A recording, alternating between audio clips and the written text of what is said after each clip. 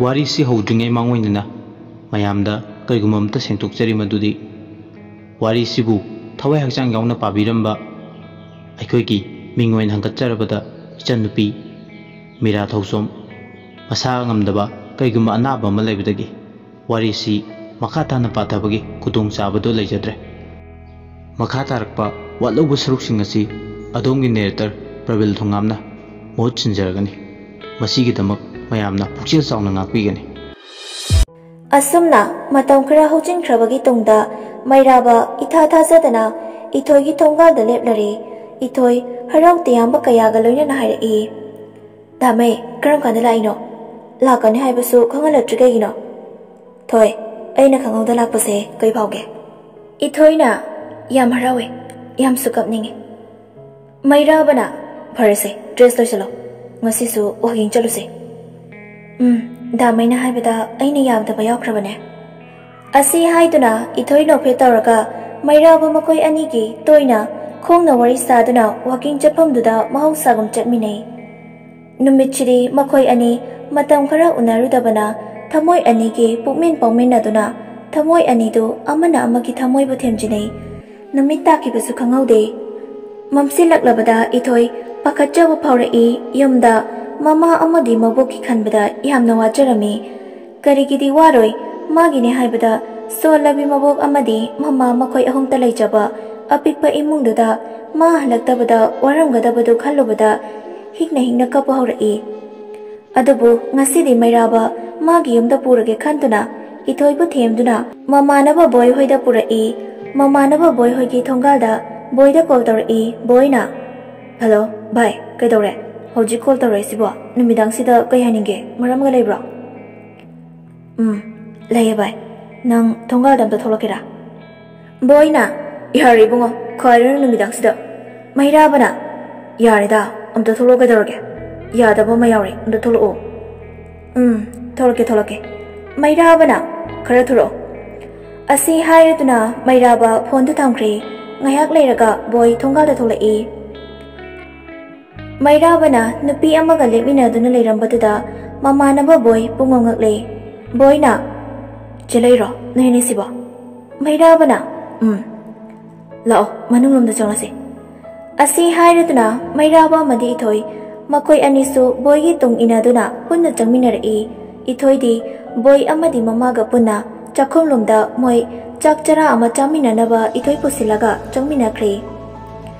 MIRA basu boy ga makoi ani punna dukalomda walking tholai boyna yam thajade samai tawni ka khalude nupa se nupa yam tho meko MIRA nokpe taraga khara taragani aikhoi de nang dona single orga lebada leijaning die boyna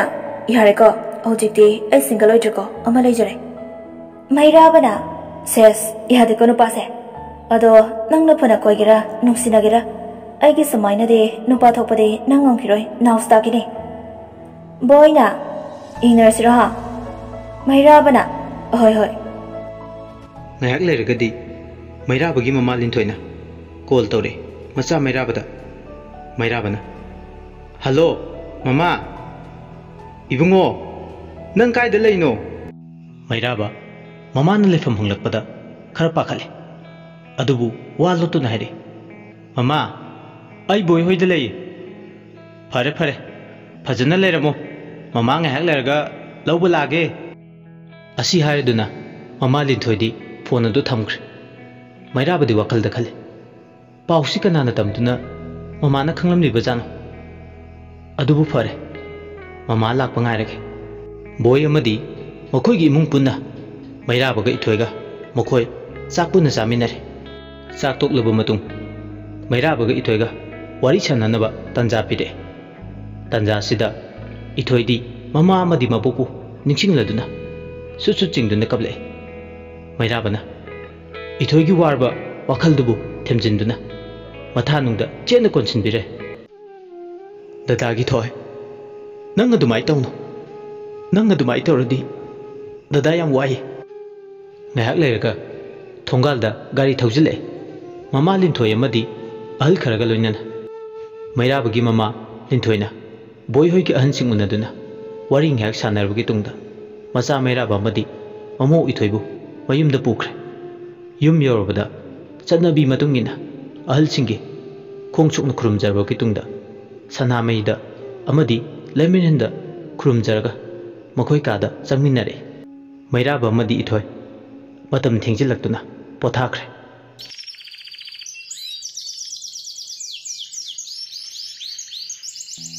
nongalabada ithoidi mama linthoi ga loinana imungi thabak losinminaduna leri adubu mairabana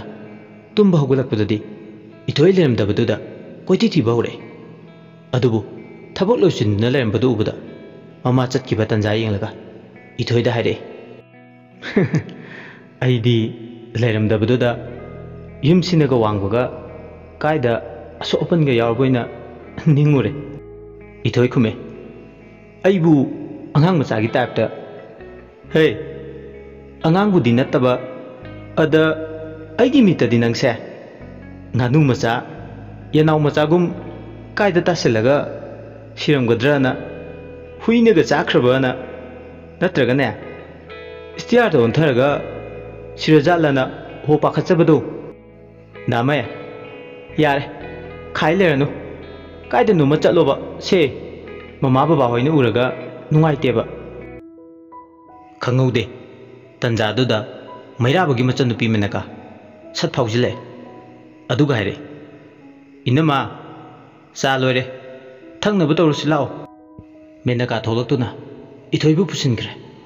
khangsinadana leiramba mairaba machanupigi mamangda ikaidaba sargasu satkrabagi tungda sor sang hondoktuna nietana phamduna leihowe ngayak lerga mairabagi mapa henthoiba ahan kharaga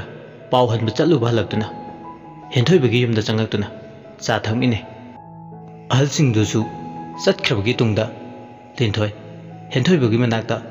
tapna changaktuna wa khanaba hore linthoi baba kai hairage ibe magi ahan singna kai maro lo leino henthoiba khume December da tare poinu da tawbu pamen hai maudine kharangana thilakpa pamen hayawi asumna numitu mayam marang langbana matamsu haukiba khangaude ithoi mayumda thinbagi matam naksilakle mairaba ithoi ga punna kada phaminaduna wari sanaje ithoi di angakpa kaya ga loinina wahang hangle damai hauni pamubi damaina phama mada thabak suba sinminena aingonda haikibadubu mairaba khume thamoi singna ibu nushiba misakto aduni aina thirakliba aigi khongchatki khongloi oinabagidam aidi damaigi yumsiki mawwebada matik charibra nangse yumsiki khwaidagi matik charba maune thamoi singba habisidagi henba malemsida ahenba phajaba wakhala laite thoi hainaba lei nushibagi ipaktadi pumnamak chapmanai habaduni ithoi khume damai wangangba yam hai nang thoi masagidi asumna maithong maka lamna nokminnaringe tanjani mama linthoina mairaba bu mapandagi kaurai ibungo mairaba khume mama ibe mai thoido somda thajilo yum hanba thengkini loisinaba sem sabirage ithoi noina khume manem linthoi gi bakumdu mama lage asi haiduna ithoi mairaba gi khajayani do oinarap tawna tanawbi khusani duna siklamaga manem gi manakta changki mairaba su noktuna leho ngayaki matung ithoi chatlamdagi matamni magi damai ga su unajasanu haina mama linthoina thajile ithoi magi damai gi manakta changaktuna mairaba gi khongdo soktuna khurumjare aduga haire damai ai chatluki mairaba mitkupsida makoyani mapoksima gi kainaragadogum yam wajaba magaloinana mitlugi pirangdo khamba yadana chinthare ithoi nare damai adumai tawno phatise matam khara leiraga amuk lakpadadi nanaktagi sungsa chatlaroige asi hairaduna ithoina mairabagi khajaida chintharagliba pirangdo taithokpiraga haire warisigi ahum suba episode matang asida losinjare adomna warisigu tabiraga adomge pampamdadu comment da thambiramu amadi channel spu nushibiduna like share amadi subscribe tabu kawbegen aroibada punampu amuka na kurumjari